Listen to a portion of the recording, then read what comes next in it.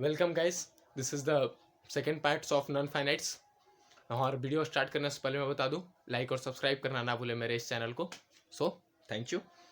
इसमें हम लोग पढ़ने वाले हैं बाबू इन्फिनिटिव्स के बारे में। इन्फिनिटिव्स का आप हमको काइंड्स बताएंगे, हम आपको बताएंगे, और इन्फिनिटिव्स का आपको हम यूज़ बताएंगे भी। सबसे पहले समझ लेंगे इन्फिनिटिव है क्या, इन्फिनिटिव का पहचान क्या है। इन्फिनिटिव का पहचान ये है बाबू कि प्राय इन्फिनिटिव के ना शुरू में ही टू प्लस वर्ब होता है, टू प्लस वर्ब लगा होता है। इसका एक पहचान है, आप सब्जेक्ट का नंबर बदल जाए, सब्जेक्ट का पर्सन बदल जाए, इससे इन्फिनिटिव के ऊपर कोई असर नहीं पड़ता है। कुछ भी हो जाए, जैसे आई वांट टू गो, तो टू गो लगा, तो इसके ऊपर कोई असर नहीं पड़ेगा, फिक्स है बाबू। टू गो है तो टू गो यहाँ भी है, द बॉय वांट्स हो गया, फिर भी टू गो ही है। द बॉय वांट हो गया, फिर भी टू गो ही है। मतलब कि इन्फिनिटिव अगर हो तो इन्फिनिटिव जो होगा उसके ऊपर कुछ असर नहीं पड़ेगा, सब्जेक्ट के नंबर बदलने से या सब्जेक्ट के पर्सन बदलने से।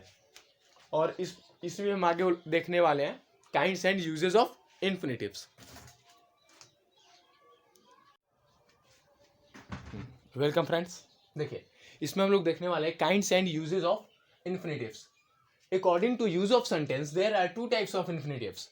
सेंटेंस के प्रयोग करने के अनुसार से टोटल दो प्रकार के इन्फिनिटिव्स पाए होते हैं बाबू। पहला है आपका सिंपल इन्फिनिटिव्स, जिसको हम लोग नाउन इन्फिनिटिव्स भी बोलते हैं। ठीक है, सबसे पहले इसी के बारे में देख लेते हैं कि इसका यूज क्या है, उसके बाद दूसरे इन्फिनिटिव के बारे में हम लोग चर्चा करेंगे। वो आपको नेक्स्ट वीडियो में मिलेगा। दूसरा क्या इन्फिनिटिव्स का क्या नाम है उसको हम बाद में बताने वाले हैं नेक्स्ट वीडियो में। अच्छा, सिंपल इन्फिनिटिव्स बोलते हैं किसको, या फिर नॉन इन्फिनिटिव्स। नॉन इन्फिनिटिव्स उसको बोलते हैं बाबू जब इन्फिनिटिव्स का प्रयोग नाउन की तरह किया जाता है।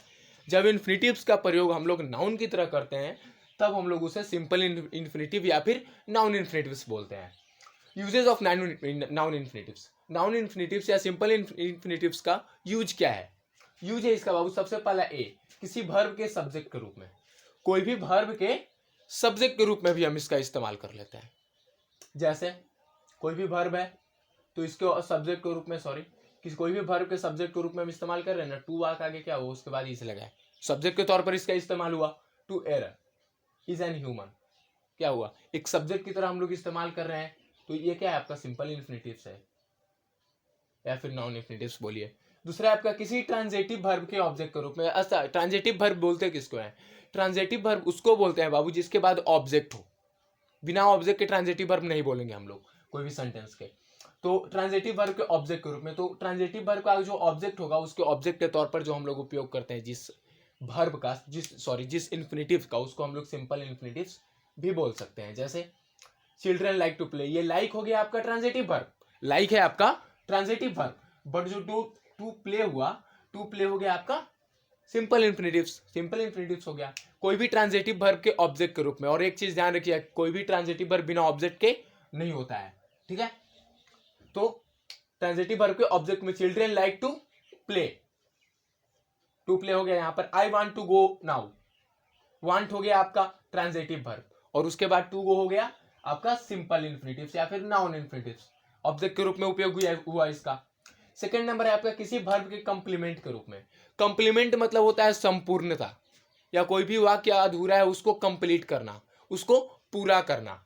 जैसे it is 8 to decide, it is 8, क्या इसका कोई अर्थ निकल रहा है, नहीं, टू डिसाइड अर्थ निकल गया। कोई भी चीज को कंप्लीट करने के लिए हम लोग भी इस्तेमाल करते हैं, वैसे वर्ब को भी हम लोग बोलेंगे बाबू simple infinitive verb. My desire is to see her again, desire मतलब इच्छा, मेरी इच्छा है कि मैं उसे दोबारा देखूं। किसी की कोई भी वाक्य को संपूर्ण करने के लिए, कोई भी वाक्य को पूरा करने के लिए भी जब सिंपल इन्फिनिटिव्स का उपयोग किया जाए तो उसको वो भी आपका होता है, आपके जो कोई भी वर्ब का अगर उपयोग करते हैं तो वो भी आपका सिंपल इन्फिनिटिव्स के अंतर्गत ही आता है। फिर आपका डी है किसी प्रीपोजिशन के ऑब्जेक्ट के रूप में। कोई भी प्रीपोजिशन के ऑब्जेक्ट के रूप में, प्रीपोजिशन के बाद कोई भी ऑब्जेक्ट के रूप में। ऑब्जेक्ट के रूप में यहाँ पर दो जगह सिंपल इन्फिनिटिव्स यूज हुआ है बाबू। पहला है आपका ट्रांजिटिव वर्ब के जगह पर, और दूसरा है आपका प्रीपोजिशन। ट्रांजिटिव वर्ब के बाद ट्रांजिटिव वर्ब के ऑब्जेक्ट के रूप में भी उपयोग होता है, और आपका प्रीपोजिशन के ऑब्जेक्ट के रूप, अबाउट आपका प्रीपोजिशन है इसलिए he is about to die, to die यहाँ पर आपका सिंपल इन्फिनिटिव्स हो गया। तो हम लोग हमेशा से ऑब्जेक्ट के रूप में भी इसका काफी ज्यादा इस्तेमाल करते हैं। सो आपको हम नेक्स्ट पार्ट में बताने वाले हैं कि आपका जो मतलब कि एक और पार्ट्स क्या है, एक और इसका there are two types of infinitives होते हैं, तो उसका एक और इन्फिनेटिव्स का नाम क्या है। आप चाहें तो इसका नोट्स भी कर सकते हैं, इसलिए आप स्क्रीनशॉट आप ले सकते हैं अपने मोबाइल पे। ऐसे आपका इन्फिनेटिव्स का दूसरा पार्ट्स का नाम है क्वालिफाइंग इन्फिनेटिव्स। उसका एक अलग, उसके बारे में एक अलग वीडियो आपको बनाकर बता दिया जाएगा। सो उसका क्वालिफाइंग इन्फिनेटिव्स नाम है। सो लाइक और सब्सक्राइब करना ना भूले मेरे चैनल को। So thank you friends.